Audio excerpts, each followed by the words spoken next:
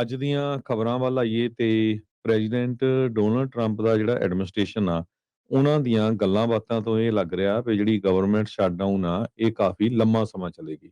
ਤੇ ਉਹਨਾਂ ਨੇ ਇਹ ਵੀ ਕਿਹਾ ਹੈਗਾ ਵੀ ਲੇ ਆਫ ਹੋਣਗੀਆਂ। ਅੱਜ ਤੀਜਾ ਦਿਨ ਆ ਸ਼ਟਡਾਊਨ ਦਾ। ਫੈਡਰਲ ਗਵਰਨਮੈਂਟ ਰਿਮੇਨਸ ਸ਼ਟਡਾਊਨ ਤੇ ਕਿਉਂਕਿ ਡੈਡਲੌਕਡ ਆ ਕਾਂਗਰਸ, ਹਜੇ ਤੱਕ ਕੋਈ ਵੀ ਜਿਹੜੀ ਕਿਸੇ ਵੀ ਸਿੱਟੇ ਤੇ ਨਹੀਂ ਪਹੁੰਚੀ ਹੈਗੀ। New vote, same expect results, ਇਹ ਸਾਰਾ ਕੁਛ ਚੱਲ ਰਿਹਾ ਹੈਗਾ।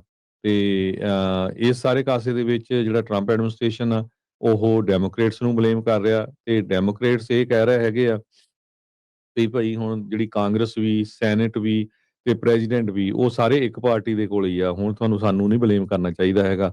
ਤੇ ਜੀਓਪੀ ਦੀ ਜਿਹੜੀ ਲੀਡਰਸ਼ਿਪ ਆ, ਉਹ ਡੈਮੋਕ੍ਰੇਟਸ ਨੂੰ ਬਲੇਮ ਕਰ ਰਹੇ ਆ ਗਵਰਨਮੈਂਟ ਸ਼ਟਡਾਊਨ ਦੇ ਲਈ। ਪਰ ਜਿਹੜੇ ਡੈਮੋਕ੍ਰੇਟਸ ਉਹ ਕਹਿ ਰਹੇ ਆ ਵੀ ਸਾਡਾ ਜਿਹੜਾ ਹੈਲਥ ਕੇਅਰ ਦਾ ਹੈਗਾ ਆ ਫੰਡਿੰਗ, ਉਸ ਨੂੰ ਲੈ ਕੇ ਆ, ਖਾਸ ਕਰਕੇ ਓਬਾਮਾ ਕੇਅਰ ਨੂੰ। ਜੇ ਉਹ ਫੰਡਿੰਗ ਨਹੀਂ ਹੁੰਦੀ ਤਾਂ ਲੋਕਾਂ ਦੇ ਜਿਹੜੇ ਰੇਟਸ ਆ, ਉਹ ਬਹੁਤ ਜ਼ਿਆਦਾ ਹਾਈ ਹੋ ਜਾਣੇ ਆ ਤੇ ਲੋਕ ਜਿਹੜੀਆਂ ਆ ਜਿਨ੍ਹਾਂ ਨੂੰ ਸਬਸਿਡੀ ਮਿਲਦੀ ਹੈਗੀ ਓਬਾਮਾ ਕੇਅਰ ਦੀ, ਉਹ ਨਹੀਂ ਮਿਲੂਗੀ ਤੇ ਲੋਕ ਹੈਲਥ ਇੰਸ਼ੋਰੈਂਸ ਅਫੋਰਡ ਨਹੀਂ ਕਰ ਸਕਣਗੇ।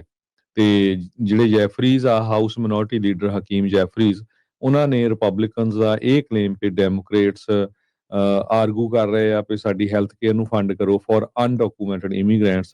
ਇਹ ਕਹਿੰਦੇ ਟੋਟਲੀ ਝੂਠ ਹੈਗਾ ਆ। ਅਸੀਂ ਕਿਤੇ ਵੀ ਜਿਹੜੇ ਅਨਡਾਕੂਮੈਂਟਡ ਇਮੀਗ੍ਰੈਂਟਸ ਦੇ ਲਈ ਕਿਸੇ ਤਰ੍ਹਾਂ ਦੀ ਜਿਹੜੀ ਫੰਡਿੰਗ ਆ, ਉਹ ਨਹੀਂ ਮੰਗ ਰਹੇ ਹੈਗੇ।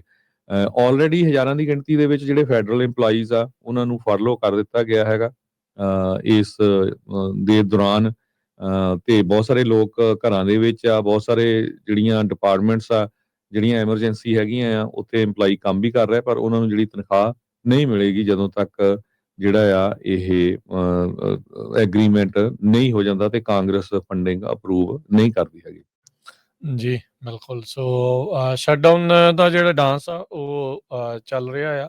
ਸੋ ਕੈਪੀਟਲ ਦੇ ਵਿੱਚ ਜਿਹੜਾ ਕੋਈ ਅਜੇ ਗੱਲਬਾਤ ਅੱਗੇ ਵੱਧਦੀ ਜਿਹੜੀ ਉਹ ਨਜ਼ਰ ਨਹੀਂ ਆ ਰਹੀ। ਤੇ ਜਿਹੜੇ GOP ਵਾਲੇ ਆ, ਉਹ ਡੈਮੋਕ੍ਰੇਟਸ ਦੀ ਡੈਸਪਰੇਸ਼ਨ ਦੇ ਉੱਤੇ ਕਹਿੰਦੇ ਵੀ ਇਸ ਟਾਈਮ ਇੱਕ ਹਿਸਾਬ ਦੇ ਨਾਲ ਮਨੀ ਲਾ ਰਹੇ ਆ। ਵੀ ਕਹਿਣ ਦਾ ਭਾਵ ਵੀ ਡੈਮੋਕ੍ਰੇਟਸ ਜ਼ਿਆਦਾ ਜਿਹੜੇ ਆਪਣੇ ਆਪ ਨੂੰ ਮਹਿਸੂਸ ਕਰਨਗੇ ਵੀ ਸਾਡੇ ਕਰਕੇ ਹੋਇਆ। ਜਿਹੜਾ ਇਸ ਟਾਈਮ ਜਿੱਦਾਂ ਤੁਸੀਂ ਦੱਸਿਆ ਵੀ ਇੱਕ ਦੂਜੇ ਦੇ ਉੱਤੇ ਤਹਿਮਤ ਜਿਹੜੀ ਉਹ ਲਾ ਰਹੇ ਆ, ਵੀ ਡੈਮੋਕ੍ਰੇਟ ਇਵੈਂਚੁਅਲੀ ਜਿਹੜੇ ਆ ਉਹ ਇਸ ਦੇ ਵਿੱਚ ਡੀਲ ਜਿਹੜੀ ਉਹ ਬਣਾ ਲੈਣਗੇ। ਸੋ ਕਹਿੰਦੇ ਵੀ ਜਿਹੜੇ ਸੈਨੇਟ ਦੇ ਵਿੱਚ ਪਿਛਲੇ ਹਫਤੇ ਲਾਸਟ ਚਾਂਸ ਸੀਗਾ ਸ਼ਟਡਾਊਨ ਜਿਹੜਾ ਉਹ ਰੋਕਣ ਦਾ, ਉਦੋਂ ਤਣ ਪੱਤਣ ਜਿਹੜੀ ਉਹ ਗੱਲ ਨਹੀਂ ਲੱਗੀ। ਸੈਨੇਟ ਦੇ ਮੈਜੋਰਟੀ ਲੀਡਰ ਜੌਨ ਥੂਨ, ਉਹਨਾਂ ਨੇ ਕਿਹਾ ਸੀਗਾ ਵੀ ਆਪਾਂ ਆਵਾਂਗੇ ਵਾਪਸ ਤੇ ਵੋਟ ਕਰਾਂਗੇ ਮੰਡੇ ਨੂੰ। ਸੋ ਵੀਕਐਂਡ ਦੇ ਵਿੱਚ ਵੀ ਲੱਗਦਾ ਆ ਵੀ ਹੁਣ ਕੋਈ ਇਹ ਵੋਟ ਇਸ ਦੇ ਬਹਾਲੀ ਦੇ ਲਈ ਨਹੀਂ ਹੋਊਗੀ। ਫਰਾਈਡੇ ਨੂੰ ਵੀ ਜਿਹੜੀ ਅੱਜ ਦੇ ਦਿਨ ਜਿਹੜੀ ਇਹਨਾਂ ਨੇ ਵੋਟ ਪਾਉਣ ਦੀ ਕੋਸ਼ਿਸ਼ ਰੱਖੀ ਆ, ਕਹਿੰਦੇ ਵੀ ਉਹ ਵੀ ਸ਼ਾਇਦ ਫੇਲ ਹੀ ਜਿਹੜੀ ਉਹ ਹੋ ਜਾਊਗੀ।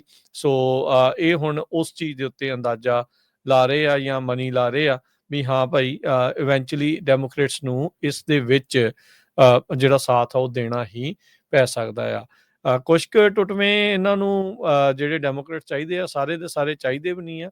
ਕੁੱਲ 60 ਵੋਟਾਂ ਜਿਹੜੀਆਂ ਉਹ ਇਹਨਾਂ ਦੇ ਕੋਲ ਹੋਣੀਆਂ ਚਾਹੀਦੀਆਂ ਆ। ਮੈਨੂੰ ਲੱਗਦਾ 52-53 ਰਿਪਬਲਿਕਨਸ ਦੇ ਕੋਲ ਮੈਜੋਰਿਟੀ ਜਿਹੜੀ ਹੈਗੀ ਆ। ਸੋ 7 ਜਾਂ 8 ਘੱਟੋ ਘੱਟ ਜਿਹੜੇ ਇਹਨਾਂ ਨੂੰ ਡੈਮੋਕ੍ਰੇਟਸ ਦਾ ਜਿਹੜਾ ਉਹ ਸਾਥ ਚਾਹੀਦਾ ਜਿਹੜਾ ਉਹ ਹੋਵੇਗਾ। ਸੈਨੇਟ ਦੇ ਜਿਹੜੇ ਡੈਮੋਕ੍ਰੇਟਸ ਆ, ਉਹਨਾਂ ਨੇ ਕਾਕਸ ਦਾ ਆਪਣਾ ਜਿਹੜਾ ਉਹ ਲੰਚ ਦੇ ਲਈ ਮਿਲਣਗੇ ਤੇ ਕਹਿੰਦੇ ਵੀ ਇਹ ਇੱਕ ਮੌਕਾ ਹੋਊਗਾ ਸਟ੍ਰੈਟਜੀ ਨੂੰ ਡਿਸਕਸ ਕਰਨ ਦਾ, ਗੱਲਬਾਤ ਕਰਨ ਦਾ, ਵੀ ਭਾਈ ਕਿਸ ਤਰੀਕੇ ਦੇ ਨਾਲ ਅੱਗੇ ਜਿਹੜਾ ਉਹ ਵਧਣਾ ਹੈਗਾ ਆ। ਸੋ ਇਹ ਹੁਣ ਦੇਖਦੇ ਆ ਵੀ ਕਿਸ ਤਰੀਕੇ ਦੇ ਨਾਲ ਅੱਗੇ ਗੱਲ ਜਿਹੜੀ ਉਹ ਜਾਂਦੀ ਆ। ਸੋ ਹਾਲ ਦੀ ਘੜੀ ਕੋਈ ਮਿਡਲ ਗਰਾਊਂਡ ਦੋਨਾਂ ਪਾਰਟੀਆਂ ਦੇ ਵਿਚਾਲੇ ਜਿਹੜੀ ਉਹ ਨਹੀਂ ਬਣ ਰਹੀ।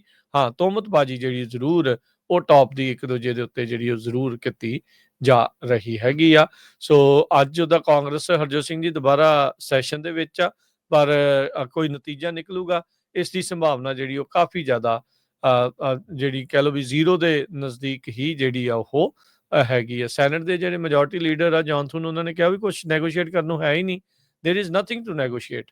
ਉਹਨਾਂ ਦੇ ਨਾਲ ਜਿਹੜੇ ਹਾਊਸ ਦੇ ਸਪੀਕਰ ਮਾਈਕ ਜੌਨਸਨ, ਉਹ ਖੜੇ ਜਿਹੜੇ ਉਹ ਨਜ਼ਰ ਆ ਰਹੇ ਸੀਗੇ। ਸੋ ਜੇ ਉਹ ਇਹ ਮੰਨਦੇ ਆ ਵੀ ਨੈਗੋਸ਼ੀਏਟ ਕਰਨ ਨੂੰ ਹੀ ਕੁਛ ਨਹੀਂ ਆ, ਤਾਂ ਫਿਰ ਲੱਗਦਾ ਨਹੀਂ ਵੀ ਇਹ ਜਿਹੜਾ ਸਟੇਲਮੇਟ ਆ ਜਲਦੀ ਕਿਤੇ ਜਿਹੜਾ ਉਹ ਟੁੱਟਣ ਵਾਲਾ ਹੈਗਾ ਆ। ਸੋ ਦੋਨੋਂ ਹੀ ਪਾਰਟੀਆਂ ਆਪੋ ਆਪਣੀ ਪੋਜੀਸ਼ਨਸ ਦੇ ਉੱਤੇ ਜਿਹੜੀਆਂ ਉਹ ਲੱਗੀਆਂ ਹੋਈਆਂ ਆ, ਡਟੀਆਂ ਹੋਈਆਂ ਆ ਵੀ ਅਸੀਂ ਇਸ ਦੇ ਵਿੱਚ ਕਹਿੰਦੇ ਵੀ ਉਹ ਠੀਕ ਆ। ਸੋ ਲੈਟਸ ਸੀ ਕੀ ਜਿਹੜਾ ਉਹ ਬਣਦਾ ਆ। ਜੀ।